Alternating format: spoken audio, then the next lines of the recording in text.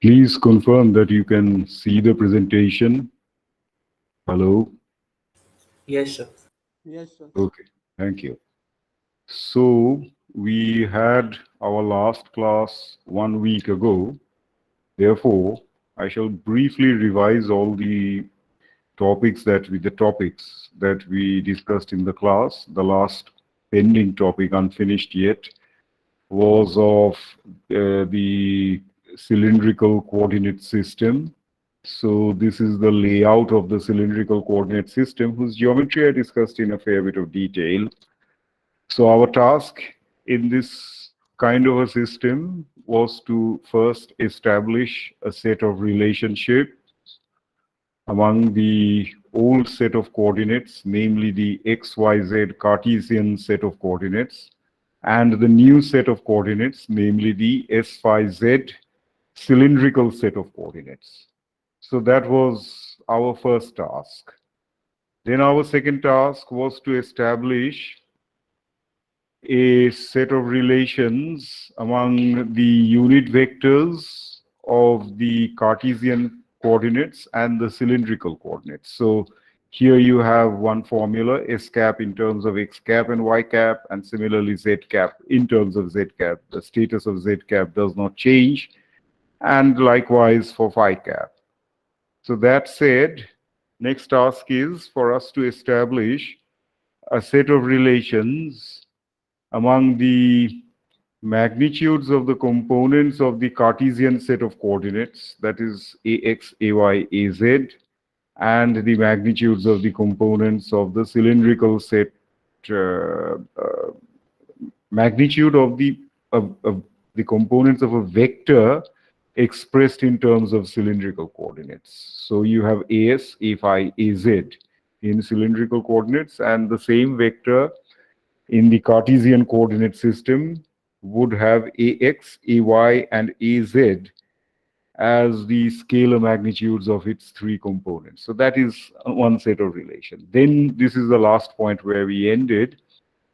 We talked about line, surface, and volume elements. So remember, this is the line element. This is step one, DSS cap. This is step two, SD phi cap, and this is step three, DZZ cap. So these are the three steps in the line element. And then by your usual combination of 1, 2, 2, 3, and 3, 1, you can get the surface elements, which we discussed today. We shall, in a supplementary set of notes, I shall go back to these points in some extra detail. But first, I shall have to address one important point that we did not have the time to take up in our last lecture. Namely, that you notice that suppose we take 1 cross 2, which is DSS cap cross SD phi cap. So you have DS, SD phi, the magnitude part, and S cap cross phi cap, we are writing as Z cap. And similarly, 2, 3, phi cap cross Z cap in 2, 3, 2 cross 3, phi cap cross Z cap gives you S cap. And likewise, in 3 cross 1, phi cap cross S cap gives you, Z cap cross S cap, 3 cross 1 gives you 2, which is phi cap. So where do we get all these things from? So this is just like what you have in your Cartesian set of coordinates, X cap cross Y cap is equal to Z cap. As soon as you write that in the form of 1 cross 2 is equal to 3, thereafter, it is simply going in a cyclical order. 1 cross 2 is equal to 3, 2 cross 3 is equal to 1, 3 cross 1 is equal to 2, like that. So the same principle applies, that 1, 2, 3 sequencing applies for the cylindrical coordinates as well. And that we shall have to see now in the following manner. Let us first try to see. We have established that S cap is equal to cos phi X cap plus sin phi Y cap. Just a while ago, I showed you two formulae. S cap is equal to cos phi X cap plus sin phi Y cap, and similarly phi cap is equal to minus sin phi X cap plus cos phi Y cap. So we established these two expressions. And since we have to work with all three coordinates, we are adding a 0 z cap to both. It means that these two unit vectors are defined on the xy plane where z is equal to 0. So that being the equation of the xy plane. So you will always have 0 z cap and 0 z cap in both the equations, expressions. What about z cap itself?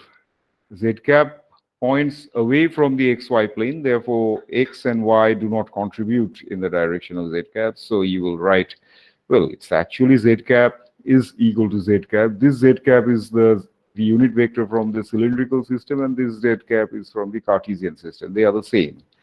The third axis, z cap, has the same role to play in both coordinate systems.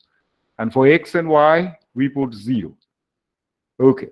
Now we shall make use of the identities that we know already, namely x cap cross y dot y cap dot z cap dot x cap is equal to 0. 1, 2, 2, 3, 3, 1 is equal to 0. And x cap dot x cap, y cap dot y cap, and z cap dot z cap is equal to 1. So these are things with which we are familiar.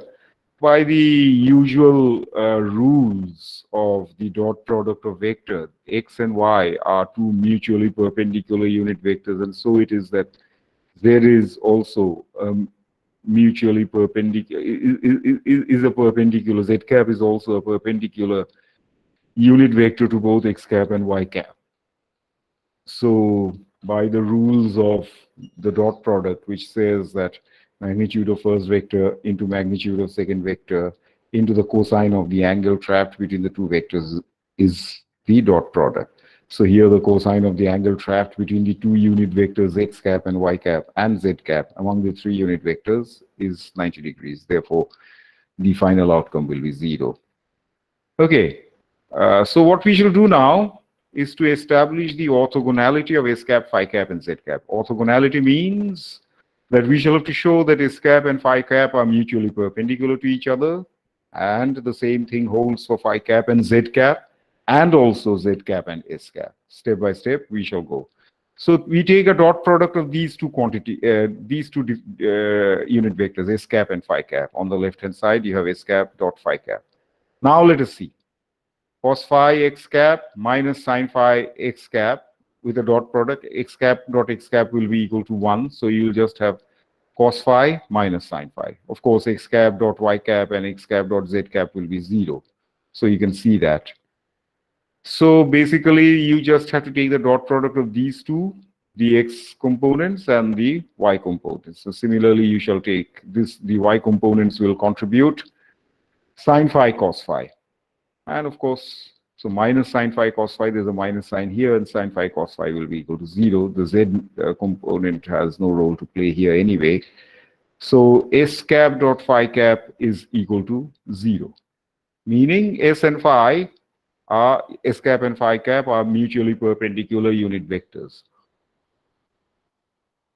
Next task, we shall do the same thing with the phi cap dot z cap unit vectors, which is trivial, really. There's nothing in all this. Z cap dot z cap, there's a 0 here, so it will be 0. And x cap dot z cap and y cap dot z cap will identically return 0. X cap dot z cap and y cap dot z cap will identically return 0, so there you have 0. And the same principle is also to be extended. So working with the z unit vector is the easiest thing here in this exercise. Z cap cross s cap. So you can see s phi z are 1, 2, and 3. So 1.2, 0. 2.3, 0. 3.1, 0 again. Z cap dot s cap. So z cap dot s cap, z cap dot x cap, z cap dot y cap, and z cap dot 0 into z cap will also be 0. So all three unit vectors, when you take the dot product of any two unit vectors, you will always get 0. So they are mutually perpendicular to each other. And since they are unit vectors, you can also test something.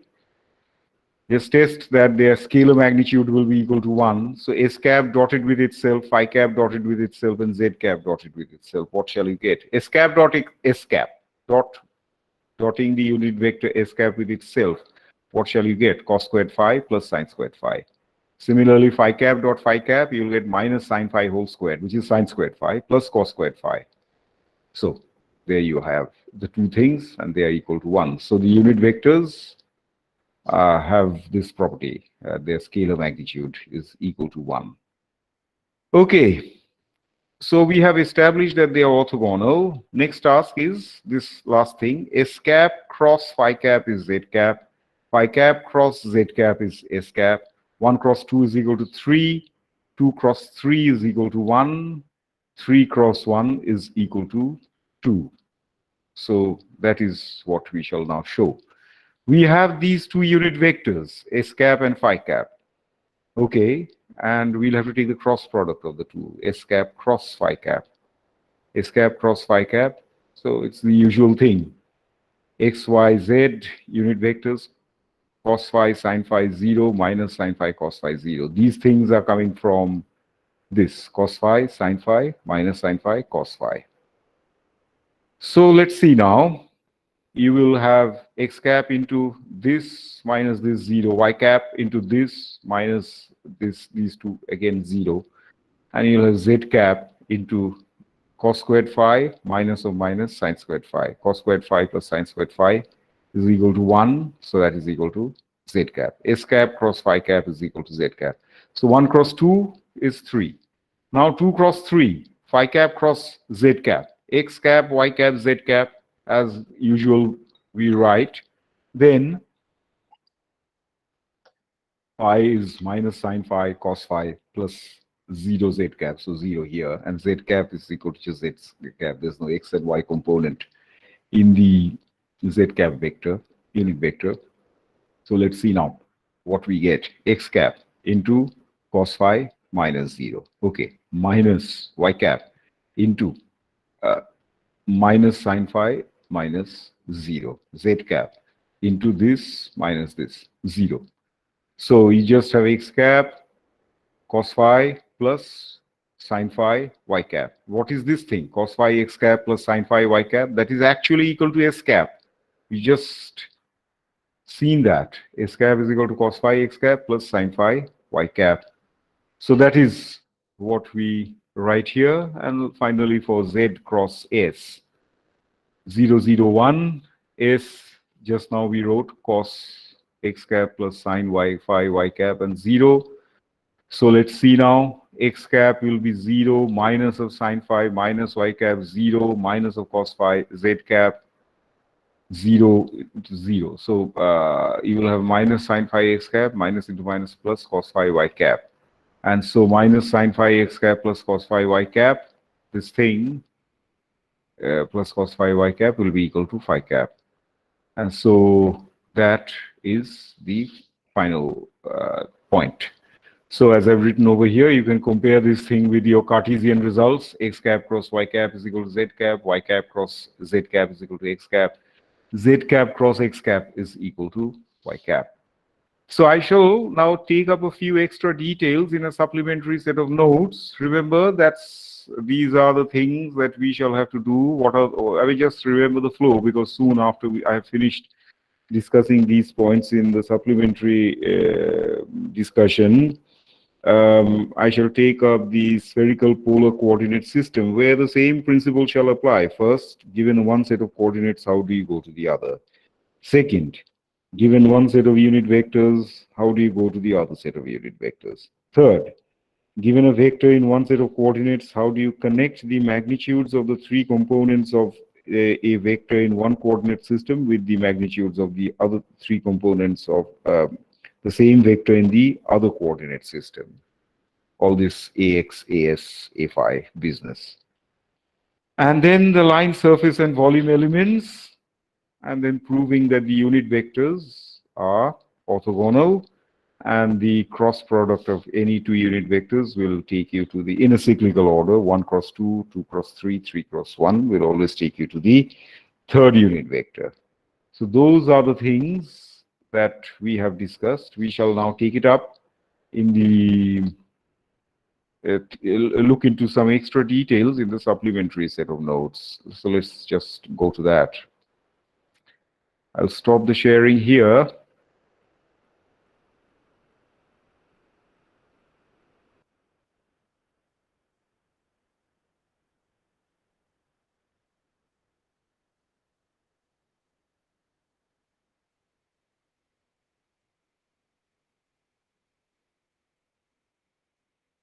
Please confirm that you can see what I'm showing.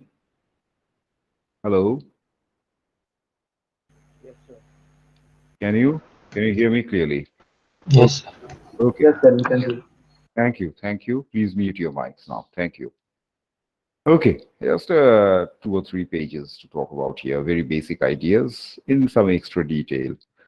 So as I told you, how do you, I mean, just that in the cylindrical set of coordinates, both s and phi are defined on the xy plane, where z is equal to 0.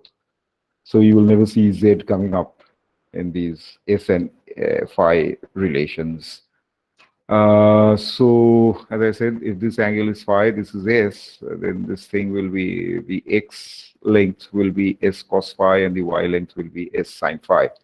When I square the two, you will have x squared plus y squared, and then you'll have s squared cos squared phi plus s squared sin squared phi. So these two things will add up to give you 1. Therefore, s squared is equal to x squared plus y squared. Remember all the time, s should not be negative. S must always be positive because s is a radial vector on the xy plane. There's no such thing as a radial negative radius that will land you in serious trouble. I mean, as of now, there can be situations where you may end up getting a negative negative vector. Anyway, let's not get into all those things. So it is a radial vector on the xy plane where z is equal to 0. Okay, I'll just dwell a little on the way we found the unit vector phi cap, because in the main set of notes, this wasn't properly, I mean, it wasn't discussed in full detail, principally because those notes are meant for an in-person offline presentation where I can discuss things on the board. But this time we do not have that option, unfortunately. So I have to discuss these things with the help of some supplementary slides. Let's see. Here's the unit vector phi. Remember, this is the x-axis, this is the y-axis, this is the z-axis. Now you're just looking at the x and y axis as if you're looking at this plane from the top. So this y goes along the vertical direction and this x goes along the right-hand direction. And it is as if z is pointing towards your eyes. Okay. So you're looking from the top. Here's from the origin to A, you have a unit vector S1 cap. From the origin to B, you have another unit vector S2 cap. Remember, their scalar magnitude is 1. Now, you are sweeping out OA in this direction and it coincides with OB. So the tip of this arrow will sweep out this dotted arc-like path. And that dotted arc-like path is pointing in the phi cap direction because that is the increasing direction of phi. Remember what I told you earlier. Phi will go in the anti-clockwise direction. All angles are measured with respect to a horizontal axis in the right-hand direction, going positive in the anti-clockwise direction. So that is how angle. So this is a positive angle. If you were to go in the opposite direction, then you would have measured a negative angle. So here you have phi going this way. So from OA, when you have swept this vector to OB, point B, the tip of this vector is swept along to point B, a small angle of delta phi has been traversed in the process. So you have to now be a little careful in understanding what is going on. So from A to B, there are two geometrical configurations. One is the straight path A to B as drawn by this full line, AB line segment. Another, along this dotted path, A to B arc length. Arc length is represented by an arc on top and line segment is represented by a horizontal bar on the top. So AB bar refers to the straight path. AB arc length refers to this dotted path. Let us now, having understood that distinction, let us now try to see. So I've written something over here. On the xy plane, where z is equal to 0, the tip of the unit vector s cap sweeps out the arc length AB, arc length with this thing. But then O to A is a vector, O to B is another vector. Therefore, I can write O to B vector S2 cap, unit vector S2 cap is equal to unit vector S1 cap going from O to A plus this line segment represented by the third vector, the difference vector, delta S cap. So this is just the law of summation of vectors. This vector plus this vector will give you the third vector. Okay. Now, what about the arc length OB? AB. Arc length, this dotted curved path. Arc length AB will be equal to line segment OA or OB, whatever. I've taken OA into delta phi. This is the way angle is defined in the radian measure. I hope you're aware of this basic fact of school trigonometry. So this arc length AB will be this radial length multiplied by delta phi. By the way, if you go by a full cycle, the angle that you would have traversed is 2 pi. That is equal to 360 degrees. So the so-called arc length would be the full circumference. And the full circumference by this principle will be 2 pi into the radius r. The 2 pi r will be the circumference. So that comes from this definition only. OA arc length into delta phi. Okay. And what about OA? OA is the magnitude of the unit vector S1 into delta phi. Okay. Now let us look at AB. So arc length AB is unit vector S1 cap, magnitude of unit vector S1 cap, which is actually equal to 1 into delta phi. And line segment AB, this line segment AB is the magnitude, has the length of the magnitude of delta S cap.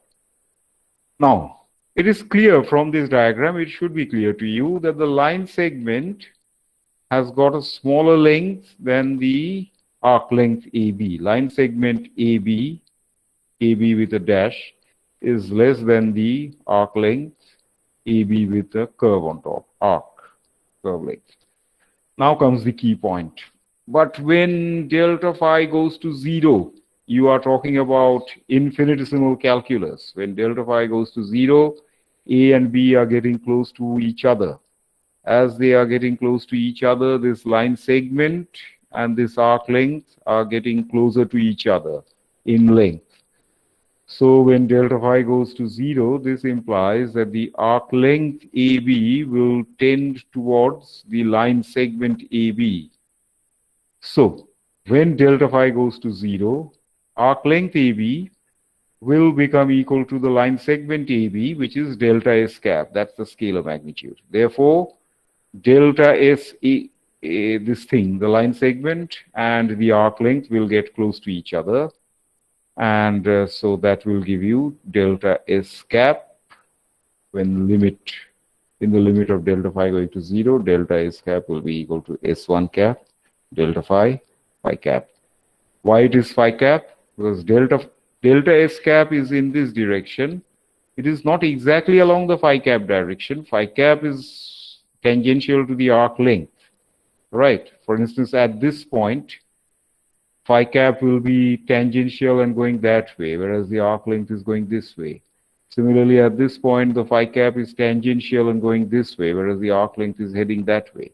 But in the limit of delta phi going to 0, these two vectors, delta S cap and the tangential vector to arc length AB, will point in the same direction, and that's why which is the phi cap direction. So that is what I have put over here. And then the rest of it has been discussed in the main set of notes, which I shall supply you in due course. Okay, now let us just briefly look at a few other examples, direction of S cap and phi cap. Some examples I told you, I discussed it in the class, but I did not write it as a part of the main set of notes. So let's just look at S cap and phi cap. S cap is equal to cos phi, X cap plus sin phi, Y cap. Now, when phi is equal to 0, sine phi will be 0, and cos phi will be equal to 1. Phi is equal to 0, meaning you are here. And so when phi is equal to 0, S cap will be along the X cap direction. This direction. I've omitted the X here, circular. No, sorry, I've written the X here. There's the X here. So S cap will be along this direction when phi is equal to 0. When phi is equal to pi by 2, let us see, when phi is equal to pi by 2, cos phi will be 0, sine phi will be 1. S cap will be going in this direction. Okay, S cap usually goes in the radial direction. I mean, goes in, not usually, always goes in along the radial direction, whereas phi cap goes perpendicular to it. S cap dot phi cap is equal to 0. We discussed it just a while ago. Therefore, they must be 90 degrees to each other. And so phi cap will be tangential. S cap will be normal to the path. Phi cap will be tangential to the path, and between the two of them, there will be 90-degree angle. Phi cap is equal to minus sine phi x cap plus cos phi y cap. So when phi is equal to 0, you are here. Phi equal to 0 meaning sine phi will vanish, cos phi is equal to 1. So phi cap will be equal to y cap, meaning you are going tangentially upwards at this point. So this is the path of the circle. This is the circular track. You'll be going tangentially upwards at this point. And when phi is equal to pi by 2, sine phi will be equal to 1. So this will be minus 1 x cap. Cos phi will be equal to 0. So phi cap is equal to minus x cap. So phi equal to pi by 2, meaning you are here, 90 degrees along this point, along this axis. So minus x, phi cap will be equal to minus x cap, which is the negative x direction. Okay. Sorry. Then the scalar magnitude of a vector, we discussed it. I just wrote the formulae. Here I'm working it out in detail. Ax is equal to as cos phi. This is there in the, this we'll find in the main set of notes. Ax is equal to as cos phi minus a phi sin phi. And ay is equal to as sin phi plus a phi cos phi. And az is equal to z. So the right hand side is s phi z and the left hand side is x is in x, y, z. As you can see, the right-hand side is set down in terms of the cylindrical coordinates and the left-hand side is set down in terms of the Cartesian coordinates.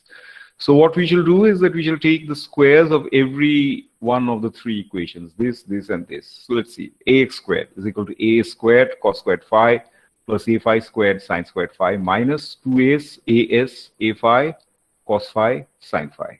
Similarly, ay squared is equal to as squared sin squared phi plus a phi squared cos squared phi plus 2as a phi sin phi cos phi. And az squared is equal to az squared. So you add ax squared plus ay squared plus az squared. All three you add on the left hand side and you get ax squared plus ay squared plus az squared. On the right hand side, you will get a squared cos squared phi plus a phi squared sin squared phi minus 2as a phi cos phi sin phi plus a squared sin squared phi plus a phi squared cos squared phi plus 2as a phi sin phi cos phi. This and this will cancel, minus and plus. And also you will have az squared coming from the third equation. So let us now see. You have as squared cos squared phi plus a squared sin squared phi. These two things will be equal to 1. A phi squared sin squared phi plus a phi squared cos squared phi. These two things will also be equal to 1 and az squared. So this is what it is. Ax squared plus a phi squared, ay squared plus az squared is equal to as squared from here plus a phi squared from here plus az squared from here. Three things are added. Okay. Now let us see. I'd like to discuss the phi cap component of the line element in some extra detail. This is the volume element in the cylindrical coordinate system. You have x going this way, y going this way, and z going this way. Okay. So you have got the first step. Line segment AB, which is ds. If this is s, this length is s, from this axis to this point A is S. Then from A to B, you define ds as here. A to B is equal to this length also, ds over here. So the first step is A to B line segment is ds. But then from B to C, the second step is not along a line segment, but it's along an it's along an arc length. This is the outer curve. So A to B, B to C. That is how you should go. So we shall be a little careful here now, and this will follow the tangential direction of phi cap, this track. So let's see, you have AD here, AD arc length, the inner arc length. First we'll look at AD, then we shall look at BC. The inner arc length is S d phi. Notice that I have put an arc over here, that's an arc length, whereas this is a line segment. Inner arc length is S d phi. What about the outer arc length BC? BC is equal to S plus ds d phi. S plus, because this whole length from this vertical axis to B, it is S plus ds. So S plus ds d phi you shall get. So the outer arc length is the second step, BC. Now BC is equal to S d phi plus ds d phi. Okay. But now we are doing infinitesimal calculus where anything with a d is infinitesimally small, that is to say, tending towards 0. Okay, if that is what happens, then S d phi has got only one d, whereas ds d phi has got two d's. So when you multiply two numbers, both of them tending towards 0, ds is tending towards 0, d phi is tending towards 0, it will be a very small number. I'll just give you a simple numerical example. Consider one number 1, and another number 0.01 or just 0.1. So 1 into 0.1, S is like your 1 and d phi is like your 0.1. 1 into 0.1 will be 0.1. Whereas, let us say, ds and d phi are both like 0.1. So 0.1 meaning 1 by 10. And so 1 by 10 into 1 by 10 will be 1 by 100. So 1 into 1 by 10 is 1 by 10, whereas 1 by 10 into 1 by 10 is 1 by 100. This second term, two small numbers, this has got one large number and one small number, but this has got two small numbers. The product of two small numbers is an even smaller number. Just now I gave an example. 1 by 10 into 1 by 10 will give you 1 by 100. So 0.1 into 0.1 will be 0.01. So when these two numbers tend towards 0, you can safely neglect them, and you can write the arc length BC to be equal to S d phi to the first order. What do I mean by to the first order? First meaning one order, meaning one order of d, whereas here you have got d's in the second order. Two d's you have, S d phi. So, and the last point that I have written over here is that vectorially, this thing S d phi will have the direction along the phi cap unit vector. So S d phi phi cap is, S d phi has the length, S into d phi. One very important point, yes, of course, is that S has got the dimension of length. Z also has got the dimension of length. But phi doesn't have the dimension of length. Phi doesn't have any dimension. It's an angle. It's got a unit though, radian in this case, but it doesn't have a dimension. So what do? You have to, when you say you are traveling along this direction, you have to bring in the S. S d phi has the dimension of length. S d phi has length dimension. Remember the line element that I told you about the cylindrical coordinate system. ds s cap plus S d phi phi cap. S d phi has got a length dimension. And then dz z cap. dz also has got a length dimension. If they did, any one of them did not have a length dimension, then it could not have been added to the other two. S d phi must have the length dimension.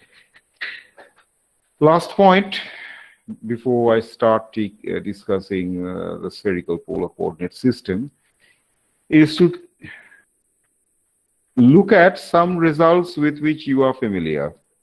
What is the area of a disk? What is the area of the curved face of a cylinder? What is the volume of a cylinder? Let us see. Top face. This face is the outcome of 1 cross 2. ds S cap cross S d phi phi cap. So the cross product will give you S ds d phi into S cap cross phi cap. That will give you Z cap. S cap cross phi cap will give you Z cap. So you have X here, Y here, Z here. That's the top face. This is the height and this is the radius of the base of the cylinder. And this curved face is the barrel face of the cylinder. A cylinder, like, you know, a drum, a barrel, whatever. I mean, it's like a cylinder, really.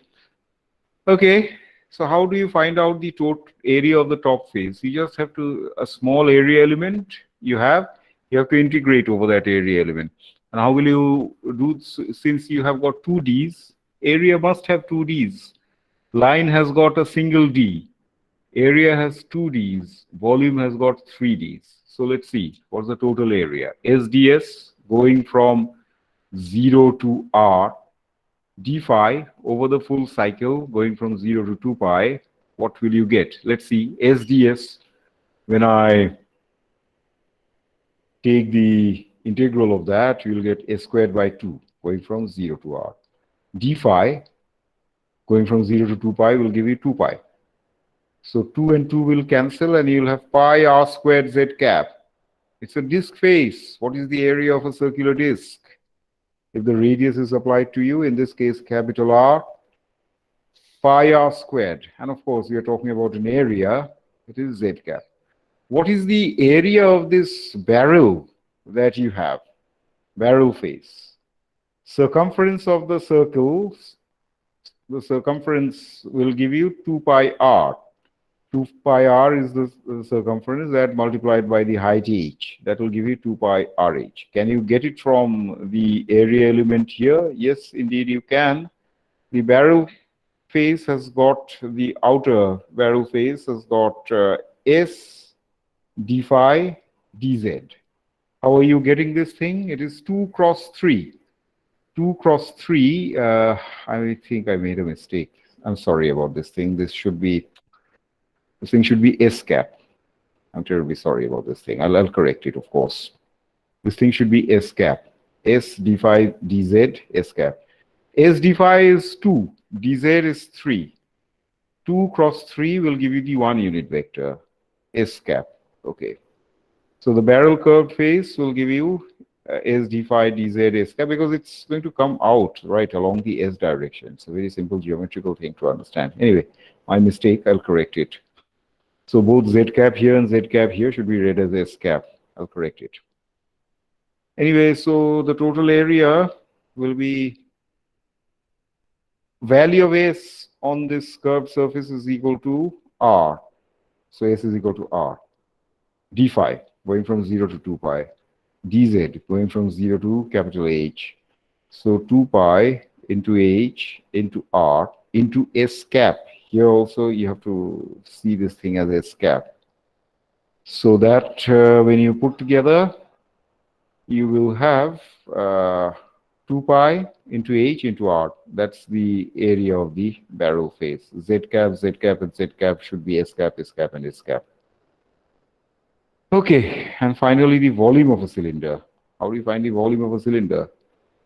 Nothing to worry about, all unit vectors or anything, just multiply the scalar magnitudes of the 3 line elements.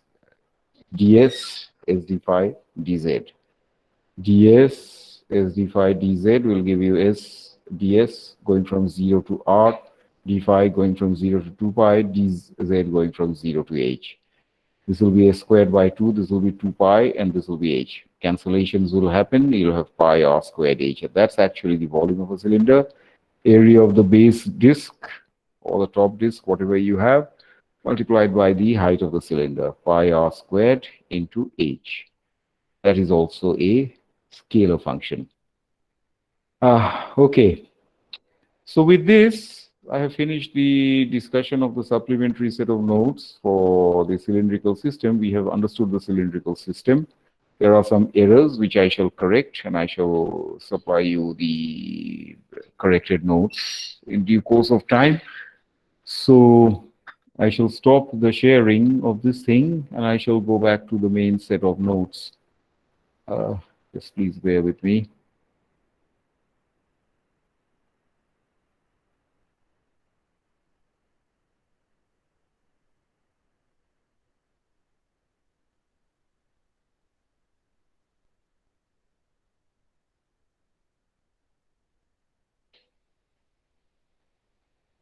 Please confirm that you can see. Hello? Can you please Yes, confirm? sir. Yes, sir. Yes. Yes, sir. Okay. Okay. Thank you. Thank you. Okay. So let's look at this thing.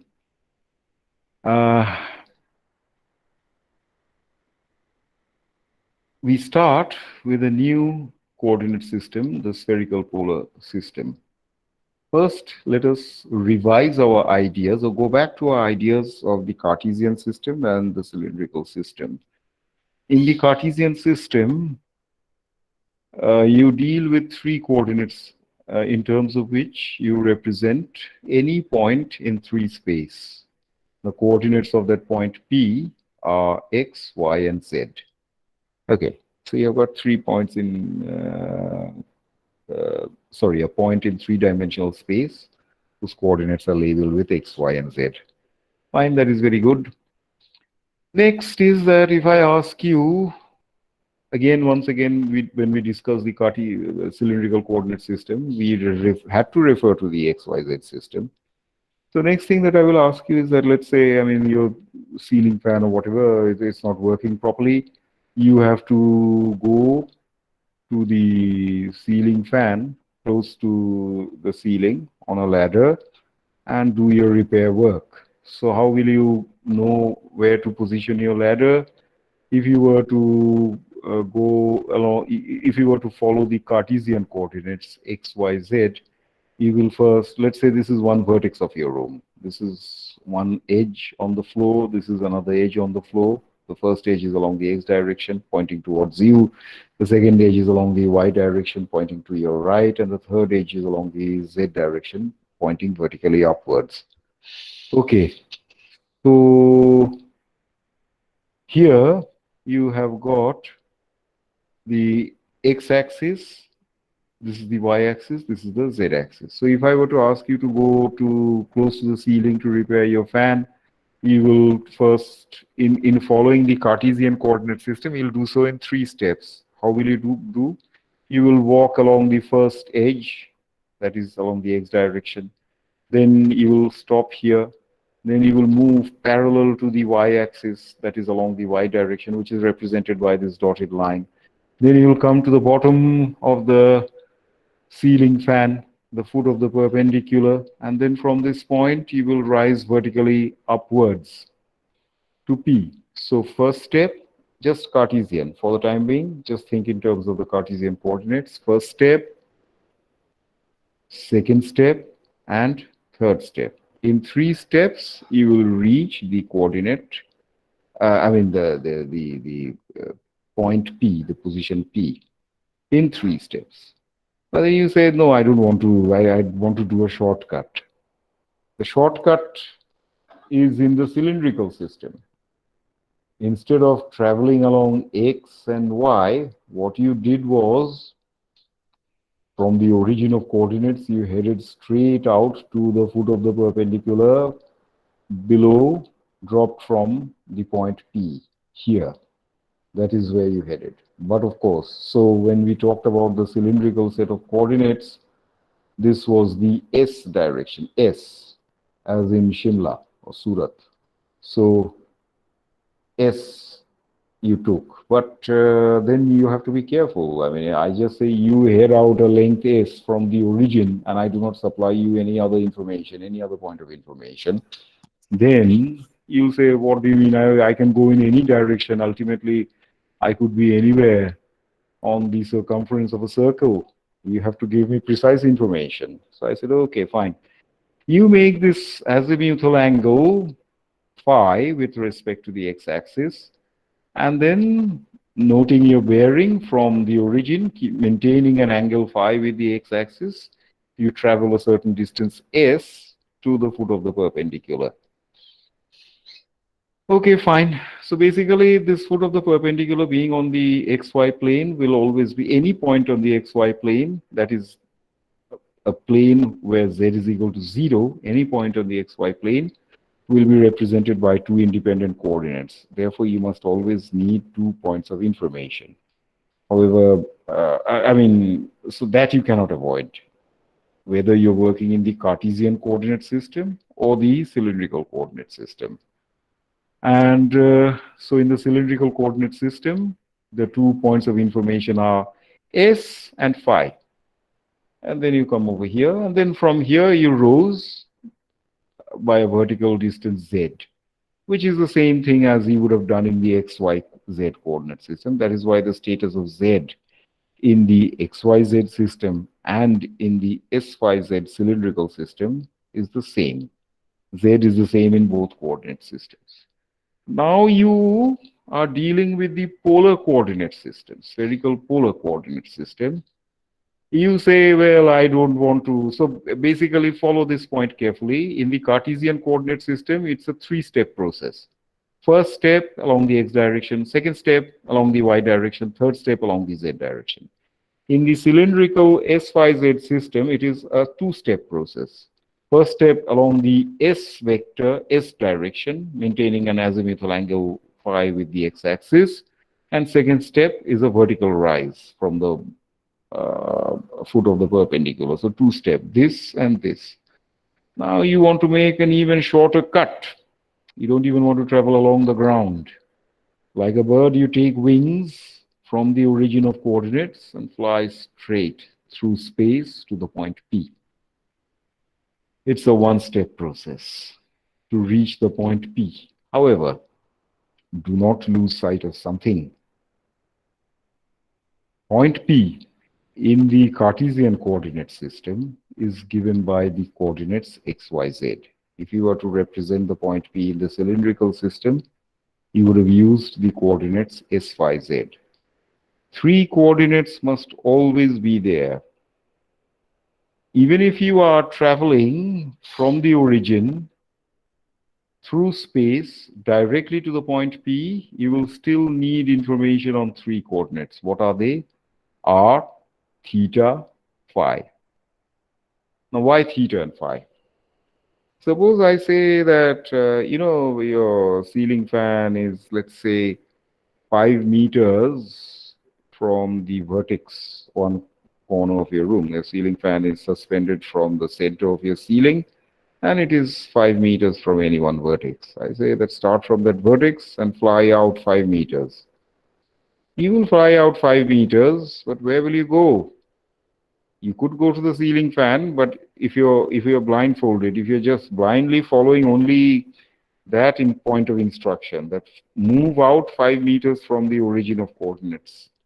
So you can fly out in this direction, you can fly out in this direction, any direction you want to, you can fly out, and ultimately you could be anywhere on the surface of a sphere whose radius is 5 meters.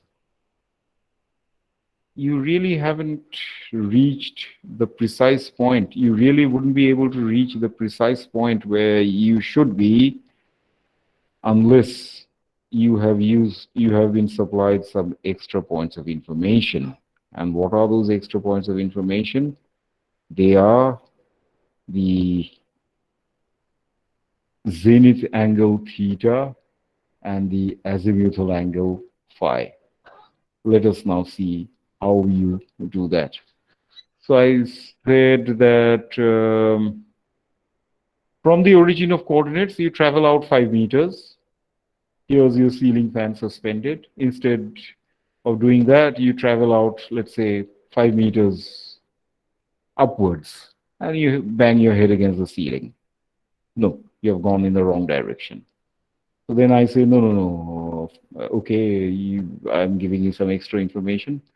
From the origin of coordinates, making an angle theta with respect to the vertical axis, you fly out by a distance of 5 meters. He said, okay, fine.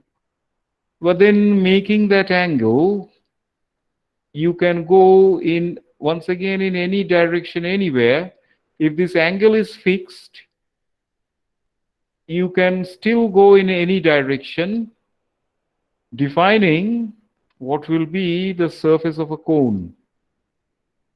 This radial vector, if only r and theta were provided to you, and I said that you just go making an angle theta with the vertical axis, you fly out a certain distance, 5 meters in our simple example.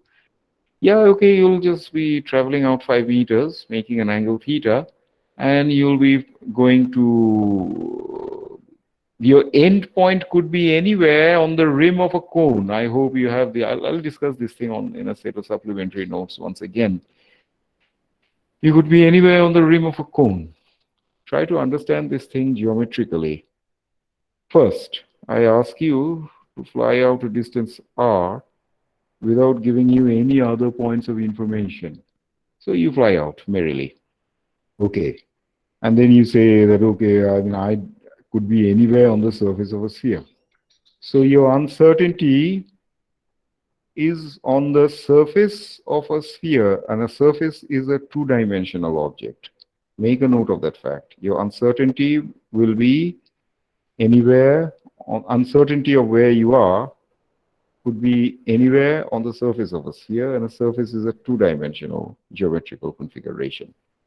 Next, I said, okay, I have given you theta, but I haven't given you phi yet, the third point of information here.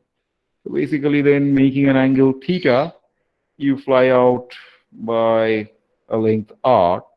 You can be anywhere on the rim of a cone. And what is the rim of a cone like? It is a circle, a path, a circumference. And a path is a one-dimensional geometrical configuration. A circle is a one-dimensional geometrical configuration. So when you were supplied only one point of information, namely the radial vector, and no other information, the uncertainty of your destination was on the surface of a sphere, which is a two-dimensional object. When you were given 2 points of information, namely r and theta, the uncertainty of your position is on the rim of a circle, which is a one-dimensional object. So with more information, you are reducing the dimensionality of your uncertainty. 1 point of information, you are on a two-dimensional uncertainty. 2 points of information, you are on a one-dimensional uncertainty. 3 points of information, you'll be on a zero-dimensional uncertainty. That is to say, no uncertainty at all. You are precisely where you should be. Let's see that. I said, okay, I mean, you're just going round and round on the rim of a sphere. You don't know. I'll provide you the third point of information. What is the third point of information? The shadow of the radial vector on the base plane, xy base plane, where z is equal to 0, is r sine theta. And the shadow of the radial vector on the vertical axis is r cos theta. This is theta. Theta is defined with respect to the vertical axis. Theta defined with respect to z, and as I shall immediately tell you, phi is defined with respect to x, the x-axis. So the shadow of the radial vector on the xy plane is r sine theta. R sine theta is this vector that is like your s in the cylindrical coordinate system, and this vector makes an azimuthal angle phi with respect to the x-axis. The status of phi is in the r theta phi coordinate system is the same as the status of phi in the s phi z cylindrical system. So I said that go to a point on the rim on the circle where the shadow, from where the shadow of the radial vector will make an angle phi with respect to the x-axis. Thereafter, you are precisely where it is. So this phi is still the azimuthal angle as you have seen in the cylindrical coordinate system. Incidentally, this is exactly how latitudes and longitudes are measured. Well, not exactly. There's a little bit of difference. You are, if I say, start from the center of the Earth. Yeah, imagine the Earth to be a sphere, which is a good approximation. The Earth is not exactly a sphere, though, but for the time being, you imagine that the Earth is a perfect sphere. And you are at the center of the Earth. And then from the center of the Earth, I say, okay, you go to Ahmedabad, head towards Ahmedabad from the center of the Earth. If the Earth is a perfect sphere, Ahmedabad will be about 6,400 kilometers from the center of the Earth. Any point of the surface of the Earth is 6,400 kilometers from the center of a spherical Earth. That, incidentally, 6,400 kilometers is the radius of the Earth. You said, well, I mean, you just told me go travel from the center of the Earth. You will emerge on the surface by burrowing a tunnel, let us say, and you'll appear in Ahmedabad. Can you? Have I given you all points of information? No, not really. I shall have to give you the latitude and the longitude of Ahmedabad. Gandhinagar, maybe, which is the capital city, where DICT is located. Come to Gandhinagar from the center of the Earth.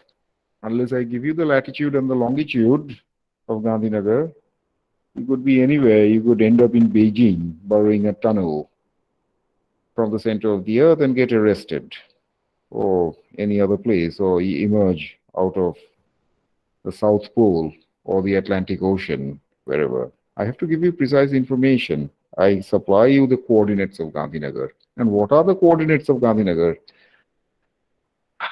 Longitude of Gandhinagar will follow the Greenwich meridian, where angle phi is equal to 0. That meridian is defined close to London on the surface of the Earth, British Isles. So, making an angle phi with respect to the Greenwich meridian, Gandhinagar will have a certain longitude. And what about the latitude? There is a fundamental difference between this diagram that I'm showing you and the latitude. In the case of the latitude, the other angle, latitude, is measured with respect to the equator. If the equator were on the XY plane, the latitude will be 0 on the equator, and then it will go up all the way to make 90-degree latitude at the North Pole. But here, our North Pole will have 0 angle because theta starts from North Pole and comes down this way. So on this system, the equator will have the latitude of 90 degrees and North Pole will have the latitude of 0 degrees. But in the actual geographic problem that I have just asked you to think about, latitude start from the equator, from the XY plane, where z is equal to 0, and go up this way in the opposite direction. Here it is coming down. In the case of the surface of the Earth, the latitudes go up this way. So latitude this, longitude that. You have a precise position on the surface of the Earth. Nobody worries about the radial position because we are all on the surface of the Earth, and the radial position is nearly constant. So one doesn't have to worry about that. Incidentally, that should also give you sufficient clue as to why I'm talking so much about the spherical polar system, or prior to that, the cylindrical system. If you have a spherically symmetric system, a vector field that is spherically symmetric, then you do not have to worry about latitude, longitude. On a spherical Earth, wherever you may be, you will feel the same strength of the gravitational field. Therefore, it will make your mathematical task very easy to describe this gravitational field only in terms of a coordinate with respect to which the gravitational field changes, namely the radial coordinate r. You can be here in Gandhinagar, you can go to Delhi, you can go to Mumbai, wherever, you'll feel the same gravity. So the latitude, longitude of Delhi, Mumbai, Ahmedabad, Gandhinagar, whatever, London, Beijing, all these places, they don't matter. What matters is how far are they from the center of the Earth. So Imagine having to work with on the same problem with the XYZ system. R squared is equal to x squared plus y squared plus z squared.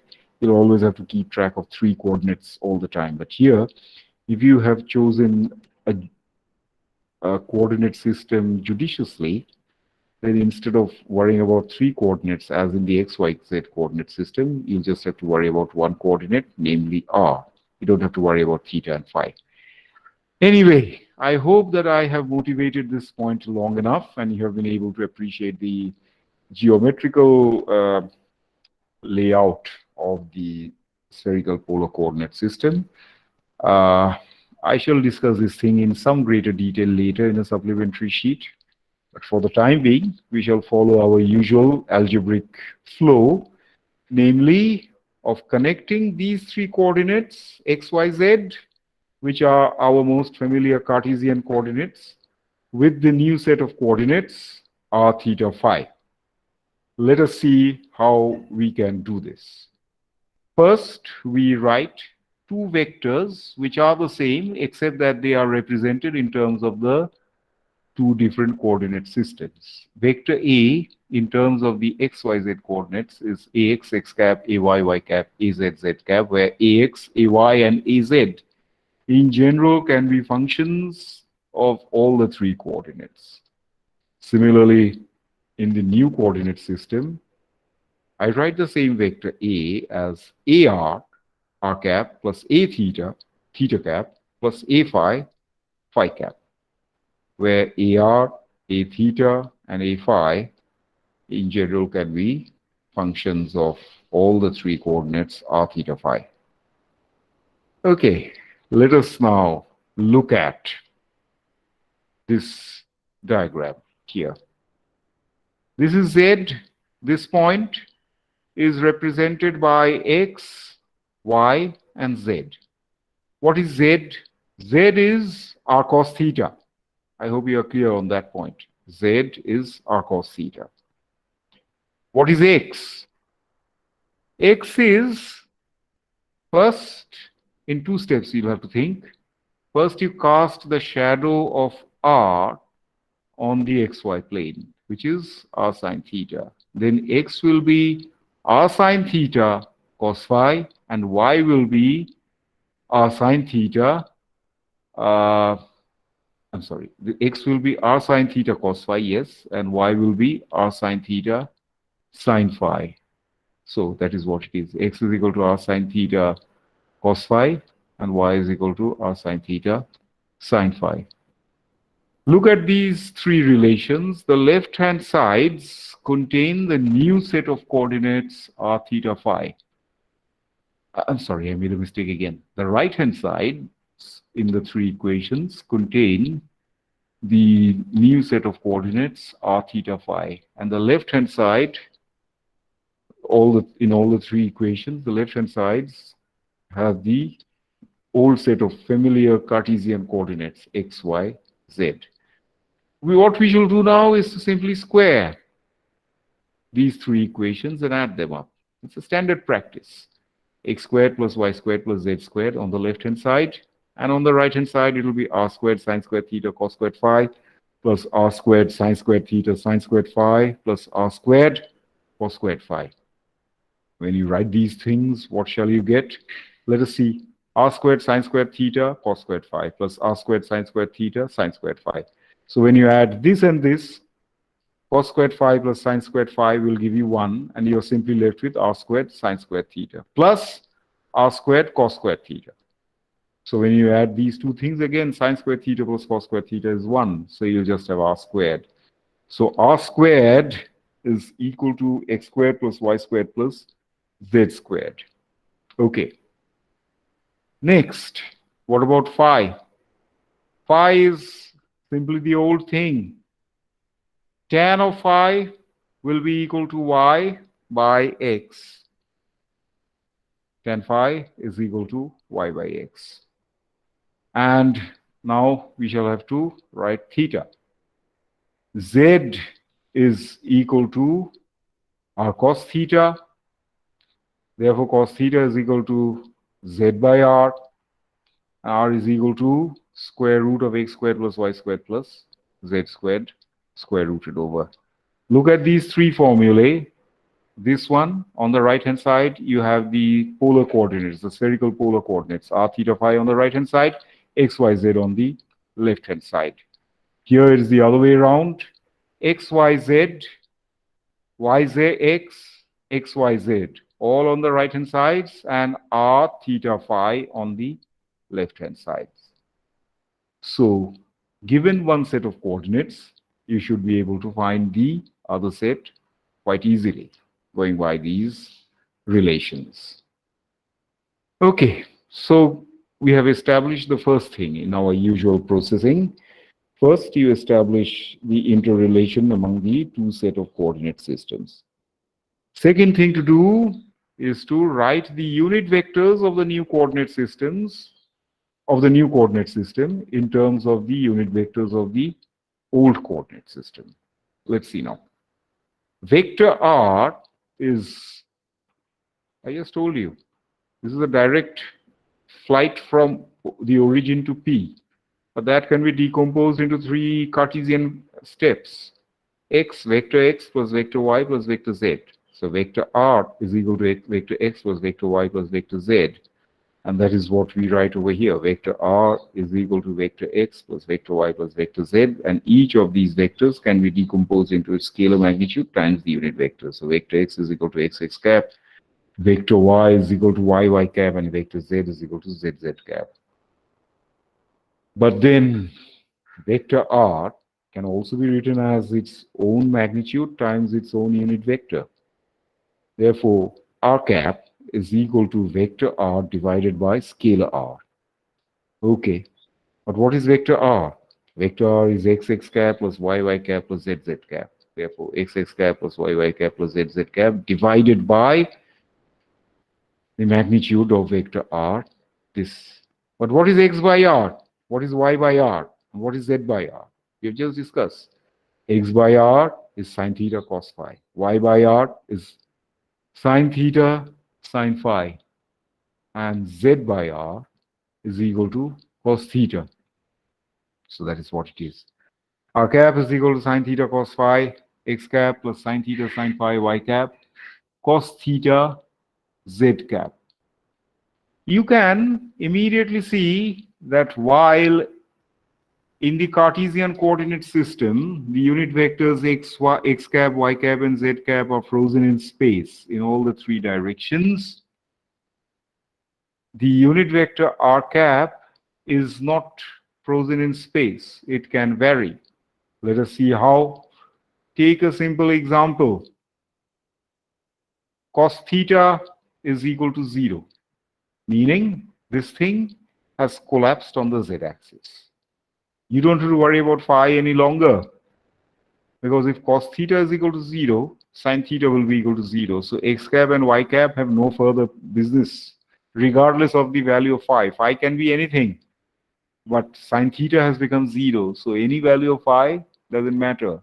This will be 0, this will be 0, and cos theta will be equal to 1. Therefore, unit vector r cap will be pointing in the vertical direction. Suppose theta is equal to 90 degrees. You are now on the xy base plane. Z is equal to 0. Theta is equal to 90 degrees. If theta is equal to 90 degrees, then let us see. Sine theta, cos theta will be equal to 0. Okay. So Z has no role to play. Of course, it doesn't, because you're now confined on the xy plane. Z is equal to 0, where r cap is pointing radially outwards. And sine theta will be equal to 1. R cap will be equal to cos phi x cap plus sine phi y cap. And that is actually equal to s cap in the cylindrical coordinate system. If you take cos theta equal to 0, this vector straight away comes down here. Sine theta will be equal to 1, so r will be equal to r sine theta. Sine theta is equal to 1. So you're now along this direction. The radius has come down.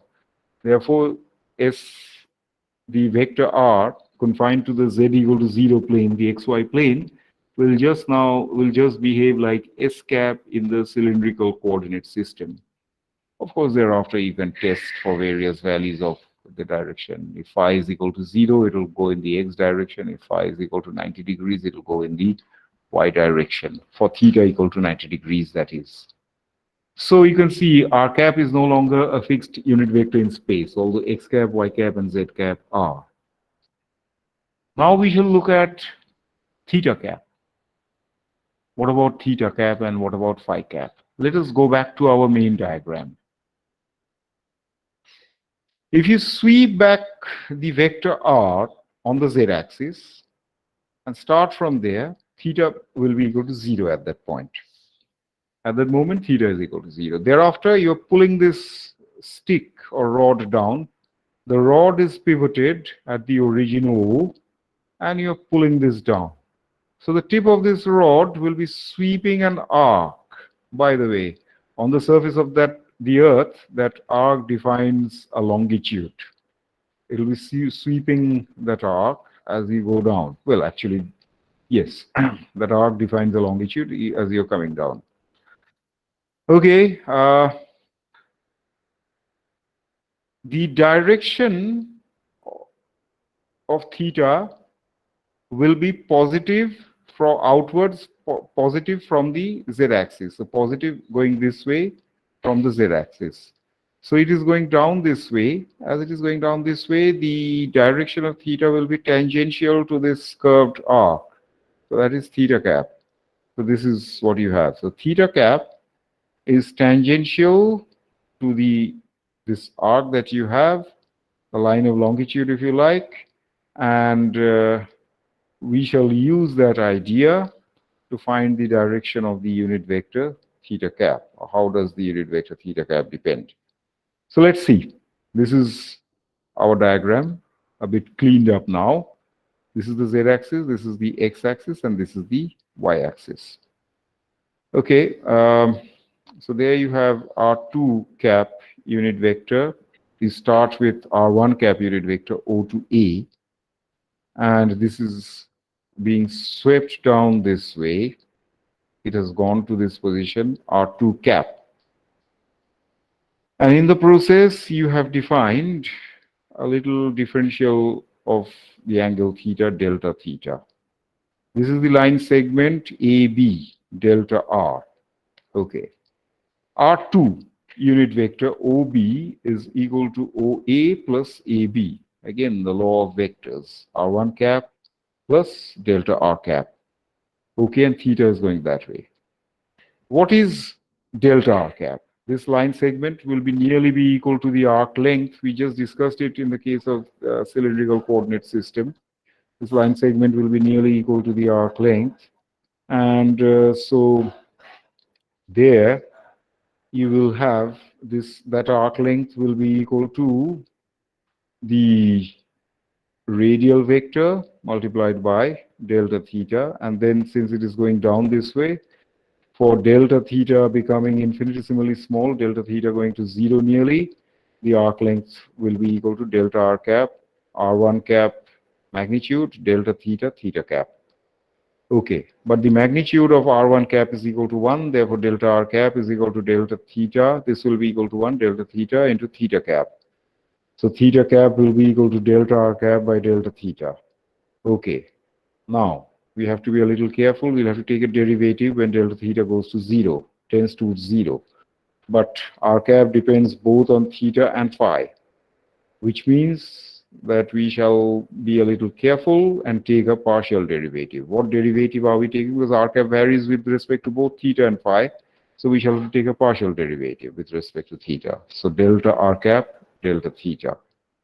Theta cap, therefore, is equal to, let us see, what is R cap? R cap is sine theta cos phi, x cap, sine theta sine phi, y cap, cos theta z cap. When you take delta R cap, delta theta, sine theta will give you cos theta cos phi, x cap. Derivative of sine theta will give you will give you cos theta sine phi, y cap. And derivative of cos theta will give you minus sine theta z cap. And that is what you have over here. Sine theta taking the derivative gives you cos theta. Same here, sine theta in R cap taking the derivative gives you cos theta. cos phi and sin phi are not participating in this derivative process because they are to be treated as a constant in this partial derivative, and the cos theta becomes equal to minus sin theta. Anyway, I shall end here now. It is 11:30 by my computer clock. On Friday, we shall continue with this discussion with some supplementary points as well. There have been some mistakes and omissions. I shall try my level best to make a note of that and correct them. Today we have a tutorial at 2:30. Please be there. We shall discuss tutorial 4. And for the time being, if you have any question, you may ask me. I'm anyway stopping the recording. If you have any question,